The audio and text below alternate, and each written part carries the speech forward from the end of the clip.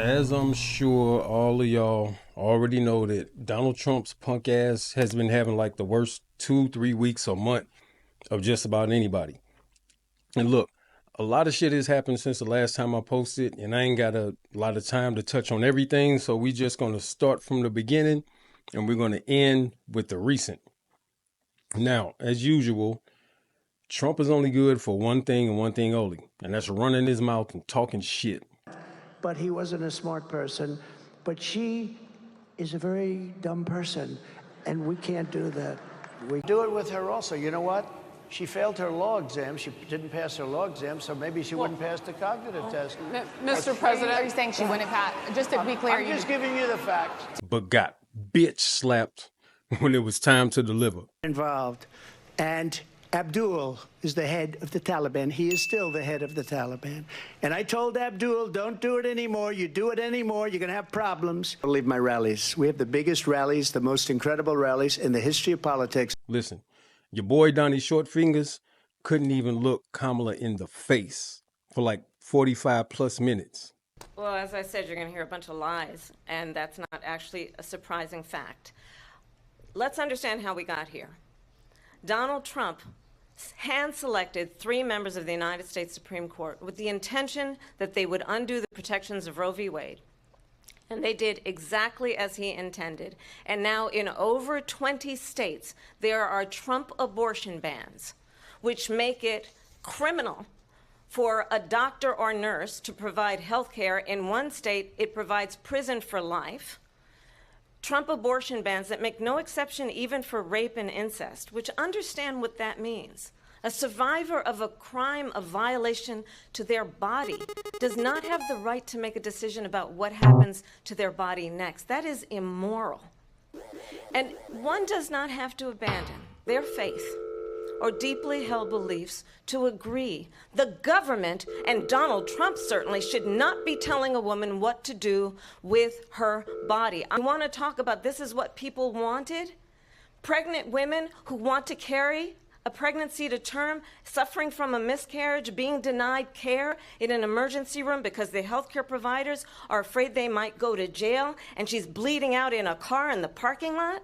She didn't want that. Her husband didn't want that. A 12 or 13-year-old survivor of incest being forced to carry a pregnancy to term? They don't want that. Straight pussy. I mean, his own so-called wife ain't been around him, and I don't know how long. She didn't really show up to any of his trials. And when she does rear her ugly ass Andromeda strain, reptilian, serpentine, alien head face, then the Tangerine Nightmare has to pay for it, just like he always has. But I gotta point out something that's actually kind of funny, because the Queens, New York came out in Trump at the debate. The dogs. They're eating the dogs, the people that came in. Honestly, his stupid ass never should have did the debate. Now, people like me would have been like, punk ass motherfucker. But his supporters, they wouldn't care.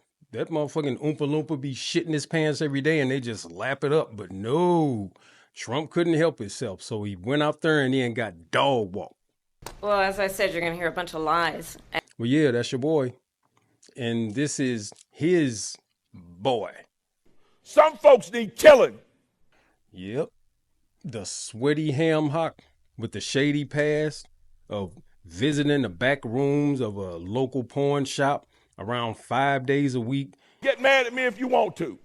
Walking in with a whole ass pizza like, yeah, I think I'm going to be back here for a minute. I mean, I even hate the way this nigga talks. There are some people that were talking about reparations in this country. They wanted reparations. And I remember I made this particular liberal so angry at me because I told them right to their face, nobody owes you anything for slavery. If you want to tell the truth about it, it is you who owes. It's you who owes. Why do you owe? Because somebody in those fields took stripes for you. This is Martin Luther King on steroids, okay? Now, I told that to Mark. I said, I think you're better than Martin Luther King. Oh, Sambo wannabe overseer ass nigga. Yeah, these are the type of people that Trump surrounds himself with, because it's not just about Trump. It's about the trash that he tracks on the floor as soon as he walks through the door. It's been about 100-year plan that the Confederates have almost finally accomplished to take this shit back to the good old days. They got the courts packed right up under our noses, and they have this used car salesman straight out of a dark comedy leading this vanguard of white nationalist oligarchs that want to, basically, in the words of the not so great Grover Norquist, shrink the government down to the point where you can drown it in a bathtub and then cut up the carcass remains and sell it off for parts and fucking be damned to everybody else. Trump's boy down in North Carolina might not, or hopefully won't win. It's time for somebody to say it. I mean, like, half of his staff have already quit on him, but this is the type of people that Trump and the Republican Party likes to attract nowadays. This ain't the old Lincoln Party anymore. And not that old Abe was like some ultra leftist progressive that could get invited to the cookout. Cookout closed. And even if it was open, Abe couldn't get a plate. Couldn't even get a plate anyway. Oh, my concern is not the plight of the Negro, but the salvation of the Union looking ass motherfucker. But before I go, I want to clarify something for black people specifically. If you continue to talk about Trump's stimulus checks as a reason to vote for him again, then there are some real facts we need to go over first, because I'm not going to sit here and continue to watch black people lie to each other. Just fucking disgusting. Inadvertently or accidentally running interference out of a situation that you clearly don't understand and are just repeating something that you heard somebody say. So as we break down exactly how this whole stimulus check situation really played out, I would like to suggest that you check out Augustus Corbett, an attorney that has a YouTube channel called Defiant Lawyers Network. And he actually breaks this down in way better detail than I ever could. Like, I actually learned something from looking at his video about this subject that I'm trying to share with you right now. But I would say go over to his channel, Defiant Lawyers Network. I'll put the link in the description. Listen, he's doing some really good work, and he's always dropping content that can help you get through the minutia and conversation around politics, especially from a black perspective. But back to this stimulus check conversation. Now look, this whole thing is kind of really simple. I think we all remember nothing else than there's 3 branches of government: legislative, judicial, and executive. But let's state one fact right now. Congress, not president. Congress is in control of the purse and the taxpayer funds that we pay that gets distributed to who, when, where, and how. The president does not say, hey, Treasury, wire me like 2.5 million, want to pass it out to the people because I'm such a nice guy. Don't work like that, bro. Now, unlike you MAGA lemons, I can actually be objective. I can actually be honest when I say we have to give Trump credit for sticking pen to the paper and signing it. But shit, a fucking toddler would stick a Phillips screwdriver in a socket if you left him alone. So I don't know how much credit I'm going to give him. But the fact is, a Democratic-led Congress made that happen. They voted that initiative to the president's desk. And a Republican-led Congress would have stomped it to death before it could even reach the president's desk, as evident by the way they talk shit about the proposal from the beginning. And once it did reach Trump's desk, he couldn't just let it sit there in front of the whole world and not sign it. But as always with Trump's swindling, weaselly ass, the checks got delayed by months because the orange Jabba the Hutt insisted on having his name printed on them. But he really cares about you. Like, man, look, Trump looks at y'all like, motherfucker, you the shit I grow my money in. Fucking loser.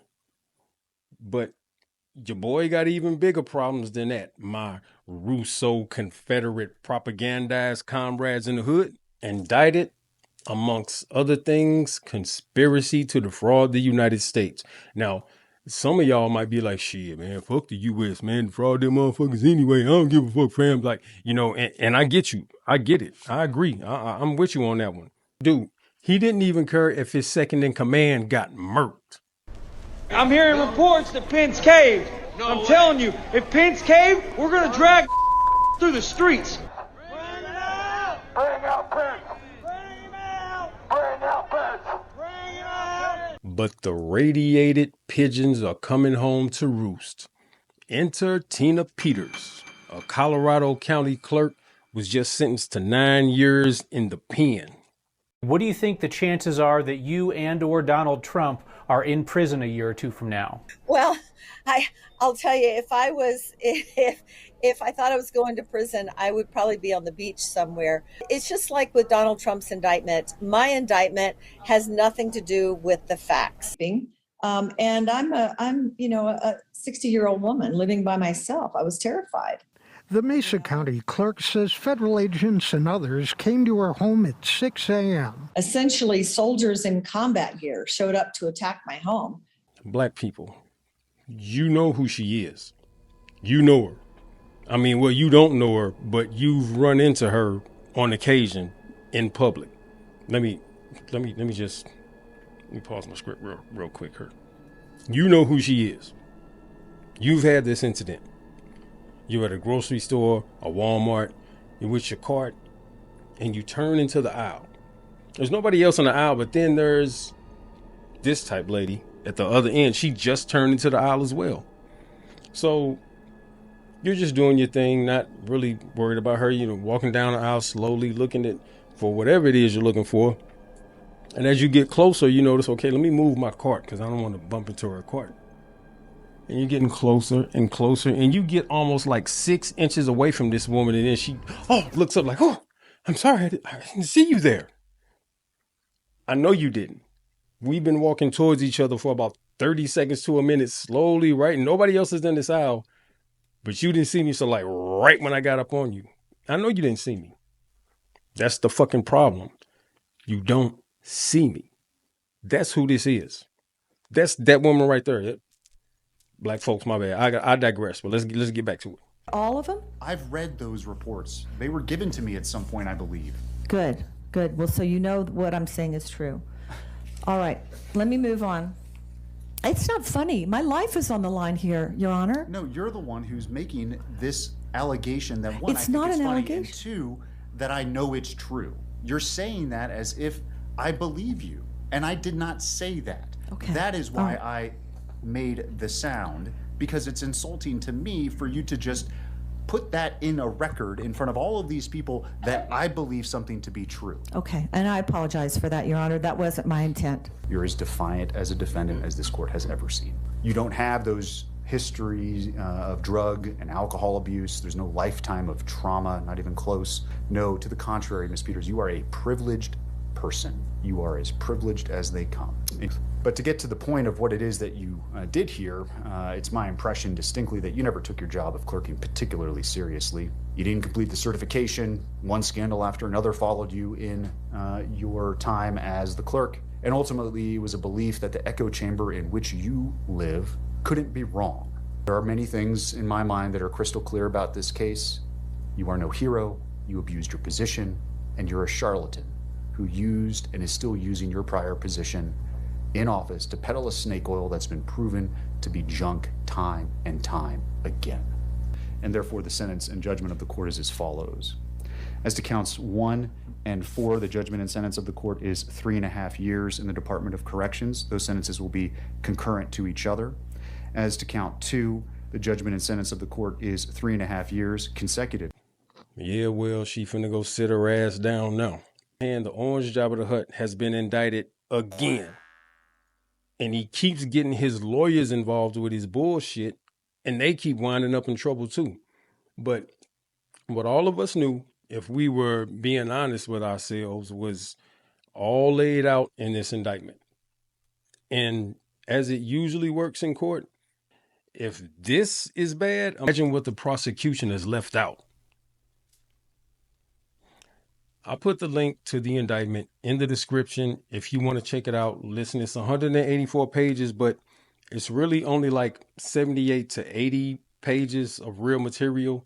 A lot of the other stuff is like redacted and like court document arbitrary junk. Now, this is yet again another indictment, another charge, and no, ill suit wearing, makeup fake.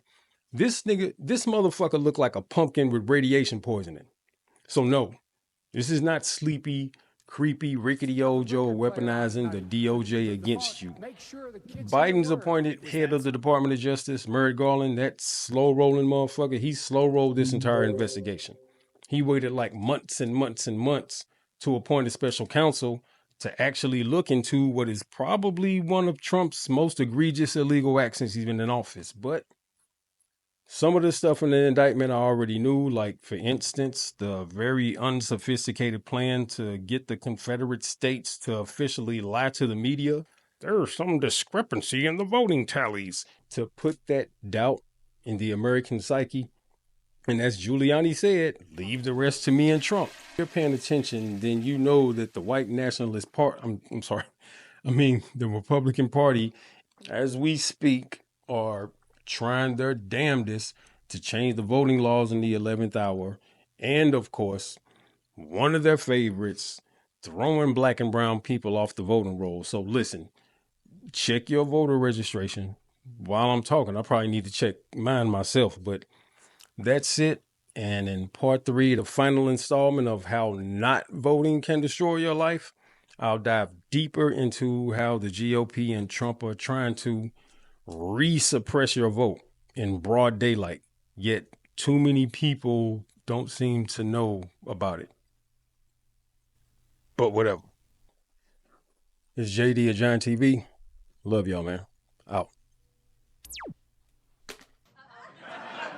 I just love you. No, that's why he's a great politician. Hey, you niggas will be all right.